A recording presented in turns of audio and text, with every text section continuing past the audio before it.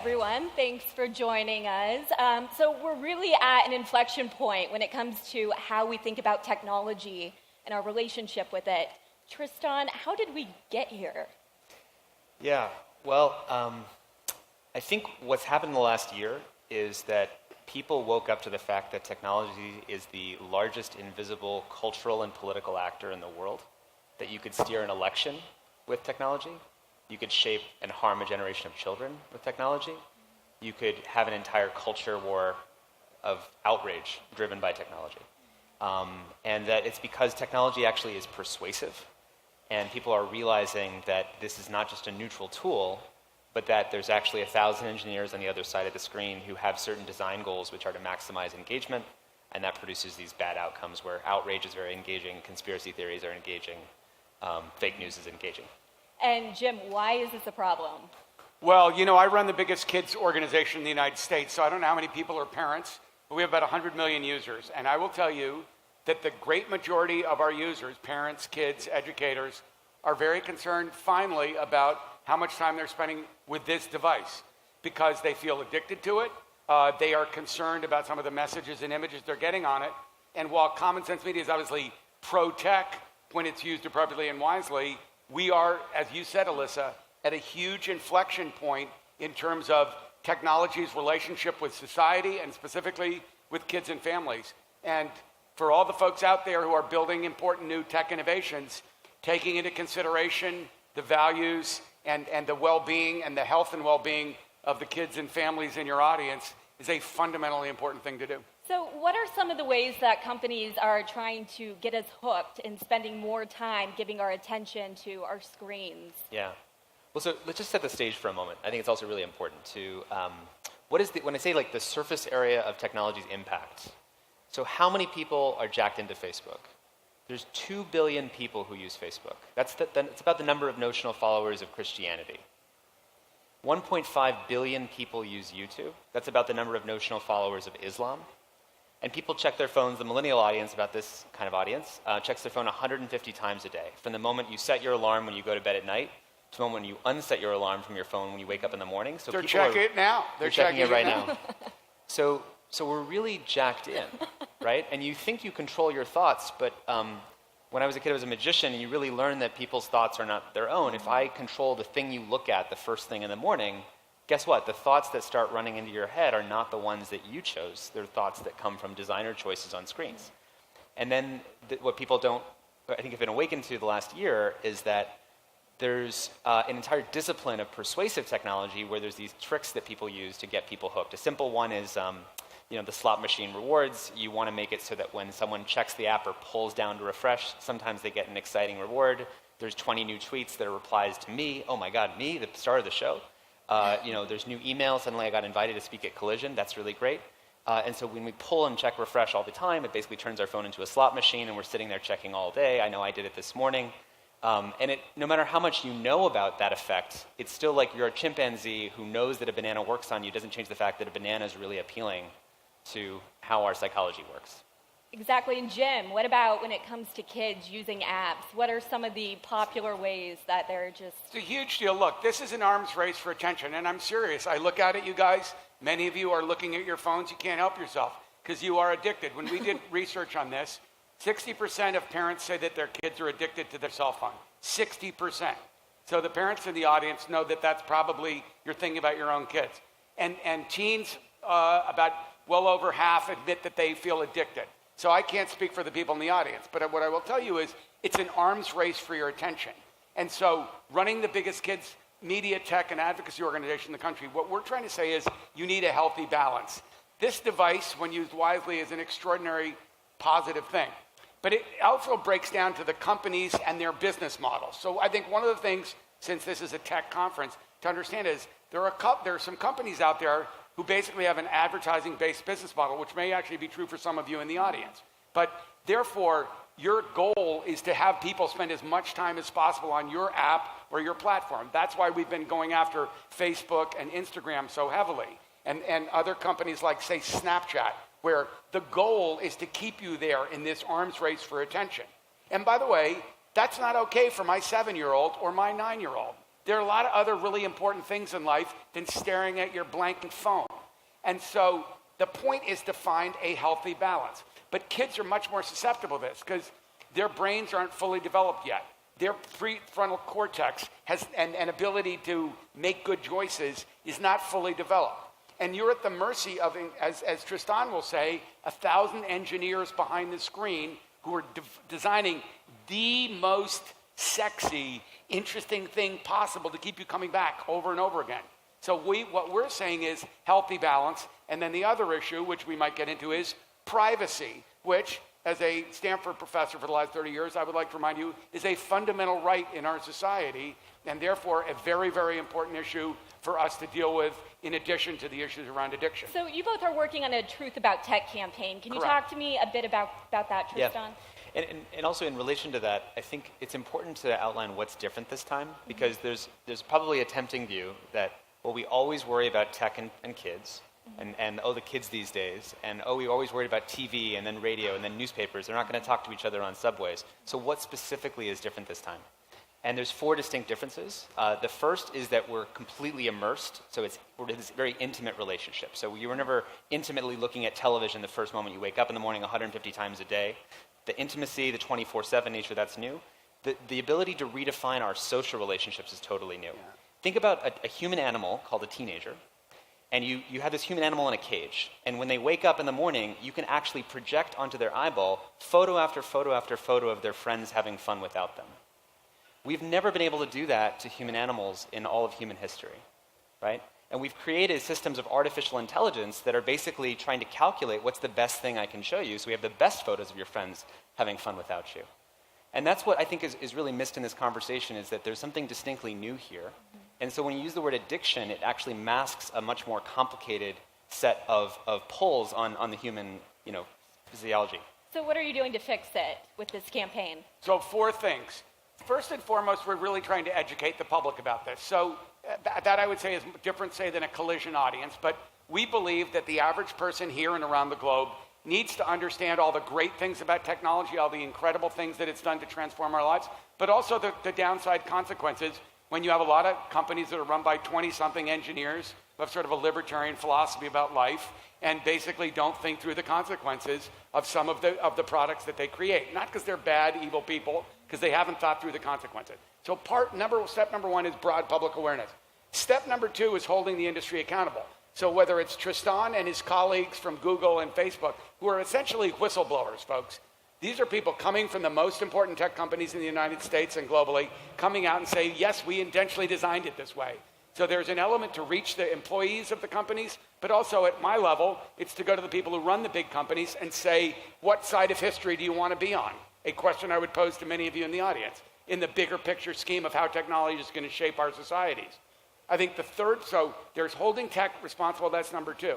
The third is we have a platform in education. So most of the schools in the United States are members of Common Sense Media. And we have a curriculum that's in the great majority of schools. So we think we go directly to kids and tell them, you are being manipulated. Do you know that? Part of it is educating kids about what's happening and then letting them make good choices. And then finally, we believe there needs to be common sense regulation. So you're going to be seeing in the coming weeks major comprehensive privacy legislation introduced in the United States that will be very similar to GDPR in Europe. Europe's already done this. It goes into effect later this month. And truthfully, why should the kids in the United States have worse privacy protections than kids in Europe do? So I think it's going to be public awareness, industry accountability, educating young people, and finally, holding the industry accountable through regulation.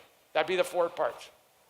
And Tristan, what about when it comes to developers who are starting to think about their companies? What things can they do now to maybe not be a part of the problem? Well, I think the point that we've been trying to make for years is just we live in this attention economy. Like, how much attention is out there? There's only so much, right? And so if YouTube has 30 minutes of your day, and let's say they're really kind, ethical people. So YouTube suddenly decides, we don't even want to grow that 30 minutes. We want to be really ethical. But suddenly, there's more competing threats. Suddenly, Facebook gets more persuasive, and they start adding streaks to Messenger, or Snapchat gets more persuasive. They start sucking attention away from YouTube. So even to hold on to that 30 minutes, that ethically that ethically mined 30 minutes of people's day, YouTube has to crawl deeper down the brainstem and basically hook you even more, right? And so the point to developers is everyone, even when they have good intentions, is forced and locked into a finite race for attention.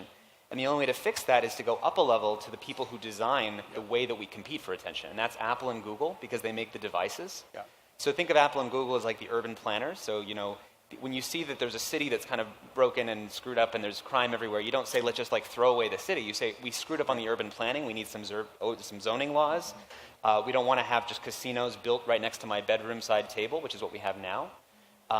So you can reorganize the zoning, and at Apple, the App Store layer and the home screen layer and the notifications layer, you can kind of redesign things. And that's really what we should all be advocating for.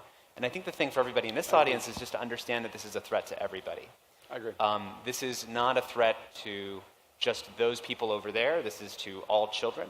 And also this is to democracy. If I asked you, how much more confident are you in for the upcoming elections in the US and the midterms, or around the world, that Facebook, Twitter, and YouTube are just totally locked down, that we're just like not going to see any more manipulation? Right? But I think people really need to reflect on that. These are our fundamental democratic institutions. And we think that our democracy and our society, which has gone on for the last 200 and some odd years, is safe. But you can take a look at the political reality of the United States right now on many different levels. And my brother comments on that quite effectively, in my opinion.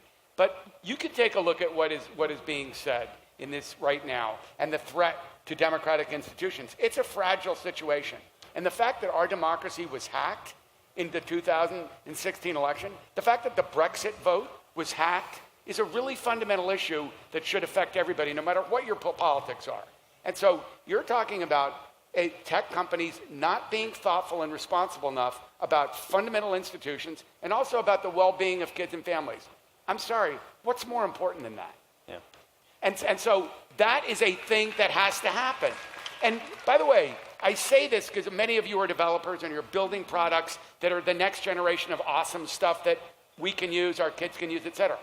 There is a way, and this is what Tristan and his colleagues are saying, you can design stuff that has incredible positive impact for society and makes you rich.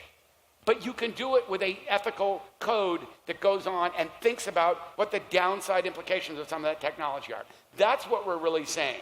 And I will say that the tech industry overall has been able to basically move quickly and break things, to quote some of our favorite CEOs, without any consequences. And that's simply unacceptable, because guess what? They broke our democracy on some level, and they've broken the social, emotional, and cognitive well-being of millions of children without thinking about what the implications of that are, because they just created some cool new platform or some new like button or something else on the Facebook platform. So it is time to have a discussion of that. And the most important people, other than my kids, to have that discussion is the tech industry itself. That's why this is so important. You don't have to agree with everything that I'm saying or Tristan is saying, but you have to have this conversation. And you have to get off your phone, because that conversation doesn't happen on a phone, guys. That happens sitting with people and looking in the mirror and asking yourself, what do I want to design?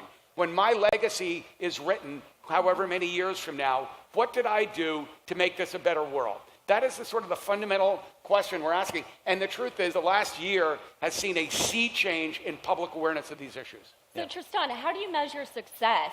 You guys have been out there sounding the alarm. How do we know if it's working? So just two things I want to say, just to follow up on this point first, and I want to get to that. So first is about policy and regulation and the people who run these companies. Do they have democracy's best interest in mind? I would love to trust my friends who work at Facebook to just be doing the right thing. But I'll tell you, from having been involved in the Russia investigation in Congress, that they didn't release the number of people impacted by the Russian manipulation who had been exposed to Russian content. The 126 million, they had claimed it was only 1 million or 2. And they claimed that only until we hauled them to Congress. 2 years. 2 years they knew. To answer basically the actual number and have questions for the record. So in terms of what's working, the levers that we're pulling are raising public awareness, hauling them to Congress for testimonies, which actually really works. It's happening in the UK, in the Parliament. It's happening in the EU. It's happening here in the US. And then that changes the employee sentiment and morale. So this is really important in terms of how we're going to change the system and what's changed. When we did 60 Minutes a year ago, it was literally a year and 2 weeks ago with Anderson Cooper talking about brain hacking, that people's brains can be basically manipulated by technology. If you told us exactly a year ago that a year from now, Mark Zuckerberg would be testifying before Congress and there'd be talk of regulating technology, that wasn't even on the map, that there would be calls for Mark and Cheryl to resign. That wasn't anywhere close to the map. And so, I've been working on these issues actually for about 5 years. And so I've seen that, it's as much as it seems like this massive challenge where you have $500 billion of market value locked up in a business model that's funnily pernicious to democracy. How can you ever change that? Well, we've made enormous progress in all those areas, and especially with employees, because I think the most immediate lever of changing the company's behavior is if you can no longer hire and retain the best possible talent. Because if you think about how long it takes government regulation and laws to take effect, GDPR is years old, actually changing how employees feel immediately changes. Next week I have to respond to that. And so just like with the Delete Uber campaign, didn't actually affect the business metrics at Uber, but it affected the company culture. Right. And there was an exodus of employees, and it actually forced them to have Travis resign and have someone else come in. I think the Delete Facebook campaign is not at all about people realistically quitting Facebook. It's about changing the culture so that people say, if you go back at home to San Francisco and have a drink in the Mission District over to the bar, and your friends say, where do you work? And you say, I work at Facebook. And until they start doing the right thing and being honest, then I don't think they're going to feel very good about that. But I think it starts at the top, too. So much more than Tristan, I spend time meeting with the guys who run the big companies that many of you would like to sell your apps to. And the truth is, it's about leadership, and it's actually about the moral compass of the people who run those companies. And I would suggest that to you all, too, in terms of where you work. A lot of it is about your own moral compass, about what you're trying to do within life. And as I said earlier, there's more to life than just making money or building the fastest, coolest new product. It's about contributing to society in a really healthy way. But there has been a fundamental sea change in the public's awareness of these issues. And the political structure in the United States, whether Washington or in the state of California where we live, has been completely out to lunch for over a decade on this, either bought off by lobbying by Facebook and Google, or just out to lunch and you could see from the Facebook hearings, they didn't even know how to ask Zuckerberg questions. But the bottom line is this: people now viscerally understand that there's a lot of issues with this device, that not all of it is great, that some of it's awesome, and much of what you do is terrific. But you know what? That's a very, very important discussion for us to have. And it's going to get bigger. It is going to get louder. Europe is being much smarter about this than the United States. But that will change here. It will change. And I say to you, what side of history do you want to be on? The right side or the wrong side? And I want to spend the last few minutes talking about things people can do now, whether it's at the personal level. You touched on whether they're a developer a bit earlier. But let's talk about my iPhone. Are there things I can do now to change my relationship with it? Well, put it away. Yeah. It starts by having a view of where am I getting hijacked, right? So, you have to first understand what are the moments and points at which I'm starting to do things that I realize I don't know why I'm doing them. So the first thing is, turn off all notifications, because notifications are basically a marketing channel for other people's goals to basically implant goals in your head, not your goals.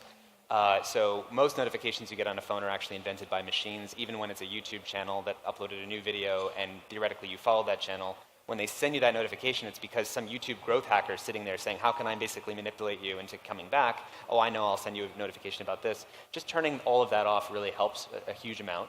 Mm-hmm. Turning off all the red dots, making your home screen just with the tools, the in and out kind of apps for Maps, Lyft, calendar, things like that. And then setting your phone to grayscale has actually also been very popular. I think I've seen actually a lot of people at the conference that have been doing that.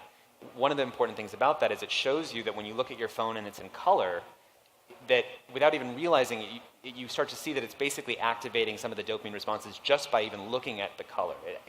It's this juicy reward. It's like a chimpanzee seeing a banana. So if you basically take the color out of your screen, you're reminding yourself that it's a tool in your life. It has a supplemental role. And it just subtracts about 15% of the kind of seductiveness of the experience. And that's really helped a lot of people. And the good news is it also spreads to other people, because when other people see your screen is gray, they basically say, what's that? And I want to try it as well. And that's actually been spreading. This all seems kind of depressing sometimes, but are you hopeful? I'm totally optimistic. Because I think that the change is coming is going to be good. By the way, the biggest beneficiaries of all are going to be the tech industry.